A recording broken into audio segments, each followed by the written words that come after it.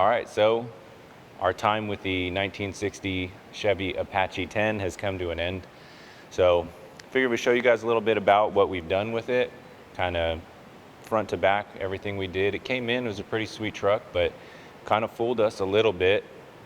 Every time we'd fix something, we'd take it out for a test drive and be like, it's still doing that thing. What is it? You got to go one step further, kind of into the rabbit hole.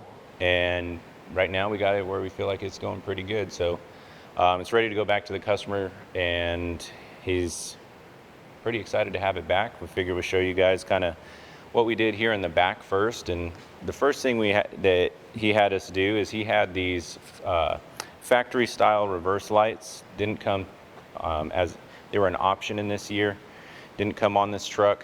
So we found the factory templates, laid it out, put a 2.5-inch hole saw to it.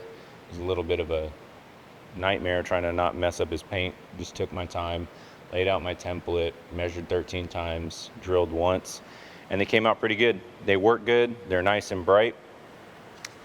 We had the fuel tank underneath is absolutely full of trash. So we had to replace the fuel filter and kind of go through the fuel system a little bit, blow it all out, get it cleaned up, because the previous fuel filter was in tough shape too, and kept sending a bunch of sand-like stuff into the carburetor, so the float was sticking, all kinds of other good stuff. So nothing really in this area here. We kind of worked a little bit of magic. Phil went through and tightened up all the stuff in the dash, and the steering columns were working again, got it all nice and tight. All the lights are working, blinkers working, dash is looking good, AC's blowing cold. But for the most part, we didn't really touch too much in the interior. It was just kind of giving it a few hours of love, a little bit of massaging here and there. Now, this thing still needs a little bit of a bath, so it is dirty. We'll clean it up before we send it back. But this is kind of where we spent the majority of our time. If you remember, this had the old school oil-filled air cleaner on top, black, and it had a Rochester 2 jet with a small bore, 350 cubic feet per minute carburetor. That carburetor was leaking at the shaft, so it needed to be rebuilt. The new carburetor is still a Rochester 2G, but it's a circle track version, flows about 500 CFM, so it kind of really woke this motor up a little bit. It has a little bit of a machined adapter plate that we found from Dashman's Performance, which takes us from the Rochester small bore bolt pattern up to the large bore bolt pattern, and also kind of functions as a spacer, as one of our YouTube subscribers recommended, is adding a little bit of spacer to kind of help dissipate some of the heat between the manifold and the carb. So this kind of served both functions. We then had to replace the air cleaner because it doesn't fit, the larger, carburetor. So we got this nice little one off of Speedway, little circle track air cleaner. Customer really likes polished parts, so he was happy to hear that we had to replace the old air cleaner anyways. So this one came kind of just fresh out of the press. We took it to the polishing wheel and did a little elbow grease on it, gave it a little bit of a shine up for him. Came out pretty good, I think. Still probably need to trim the threads off of that. Another thing that we did is the heater was deleted at some point when they went to the Vintage Air AC, and that was the cowl was just kind of open. It had a bunch of leaves and trash and stuff like that in it. So I kind of real quick whipped up a aluminum block off plate and threw a little bit of bead roll in there just to kind of give it some style.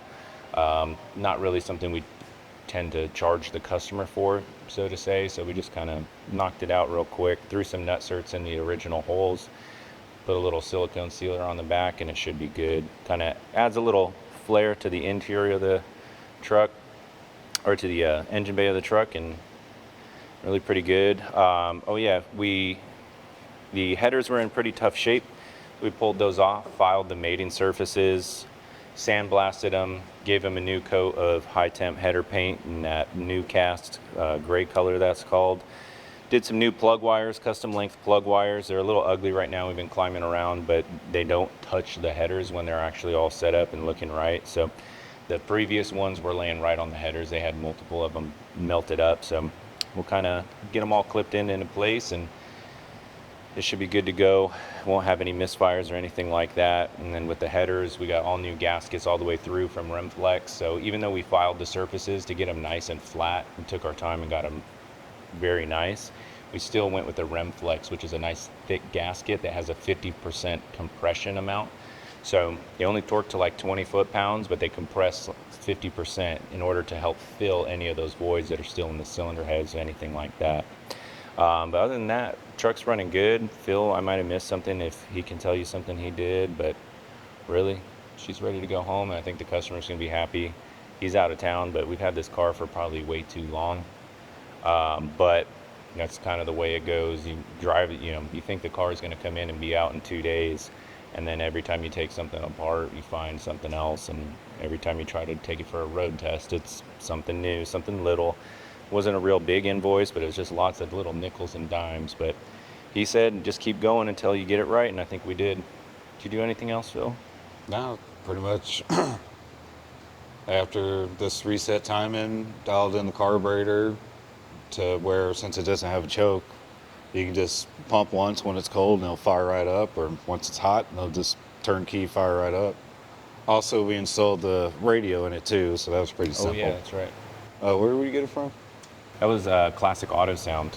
Okay, Classic Auto Sound. Good looking little radio. Which looks is just like a good factory. company if you ever want to put radios like this inside your truck. If the dash isn't all cut, hopefully it's not cut, but it's just pretty much a plug and play. You just find a power wire, ignition wire, and then just wire in your speakers in the ground, and that's it. Simple, done.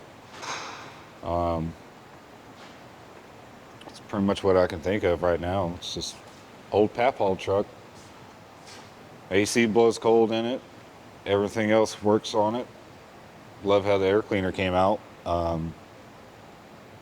Fixed the horn that was, it'll go off sometimes, so I've fixed the horn on it. Just randomly. Yeah, randomly go off, you hit a bump. But old truck, worn out stuff. It's just, like I said, old Papal's truck. But yeah, that's pretty much it. It's pretty easy job. Simple.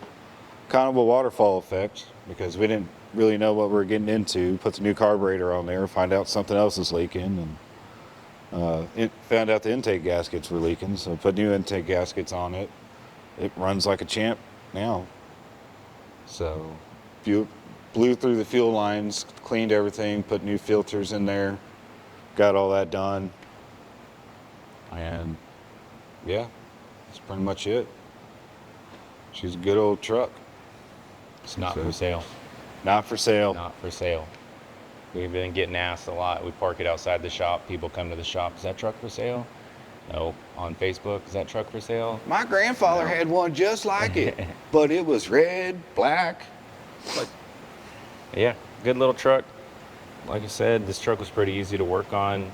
Not a very big invoice. Not a lot of, work had to go into it. It was just unfortunately Waterfall effect. Yeah, I think we ended up doing the intake manifold gasket for pretty much just the cost of parts, because we felt bad for having to keep calling the guy and like, hey, sorry, something else is here. And he's like, all right, man, just get it right. And we're like, don't worry about it. A little 3-hour job, 5 hours total maybe if you count putting everything back on. So not too much change in the initial estimate, just a little couple more parts, but I think it's badass, and I think this customer's going to be pretty happy.